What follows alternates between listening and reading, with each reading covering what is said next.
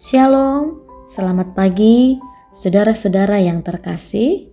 Puji Tuhan, pagi hari ini kita boleh menikmati hari yang baru yang Tuhan jadikan bagi kita. Mari kita bersama-sama merenungkan firman Tuhan, kita berdoa. Kasih setiamu yang tidak berkesudahan dalam kehidupan kami Bapa, itulah yang menghiburkan dan menguatkan kami. Suatu sukacita besar bagi kami boleh menjalani hari ini lagi dalam anugerah Tuhan. Terima kasih sepanjang malam Tuhan menjaga kami dalam jam istirahat kami, dan pagi hari ini kami diberi kesempatan untuk boleh menikmati hari ini. Sebelum kami melakukan aktivitas kami rindu firman-Mu memberkati kami. Dalam nama Yesus Kristus kami berdoa. Amin. Saudara yang dikasihi Tuhan, kita akan merenungkan bagian firman Tuhan dari Mazmur 119 ayat 10-12. Kita merenungkan firman Tuhan dengan tema tersimpan di dalam hatiku. Demikian firman Tuhan. Dengan segenap hatiku aku mencari Engkau. Janganlah biarkan aku menyimpang dari perintah-perintah-Mu. Dalam hatiku aku menyimpan janji-Mu, supaya aku jangan berdosa terhadap Engkau.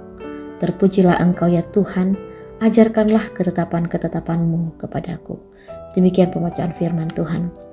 Saudara yang terkasih, pernahkah Anda menyimpan barang-barang berharga yang Anda miliki? Di manakah Anda menyimpannya? Biasanya kita akan menyimpan barang berharga di tempat yang aman dan tersembunyi bagi orang lain. Sebenarnya firman Tuhan harus diperlakukan yang sama, yakni menyimpannya di tempat yang aman, tersembunyi, yaitu di hati kita. Tetapi sebelum kita menyimpan barang-barang berharga milik kita, barang-barang rongsokan dan sampah yang tidak berguna dalam hidup kita harus kita buang dahulu. Jadi untuk menyimpan firman Tuhan dalam hati kita, maka kita harus membuang setiap kebiasaan kotor dan jahat dari hidup kita. Kebiasaan berpikir negatif yang harus dibuang.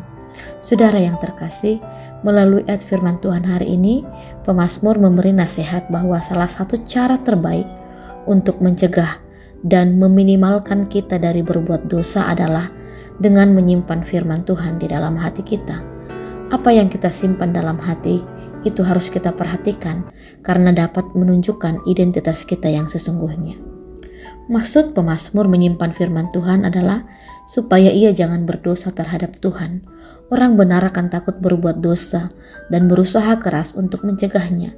Cara terbaik mencegahnya adalah dengan menyimpan firman Tuhan itu di dalam hati kita. Pengertian lain dari kata menyimpan adalah menghafal. Dengan begitu kita dapat menjawab setiap pencobaan sebagaimana teladan Tuhan Yesus tak kalah dicobai iblis. Ia selalu melawannya dengan ucapan, ada tertulis firman Tuhan diberikan kepada kita untuk mengajar, menyatakan kesalahan, untuk memperbaiki kelakuan, dan untuk mendidik orang dalam kebenaran.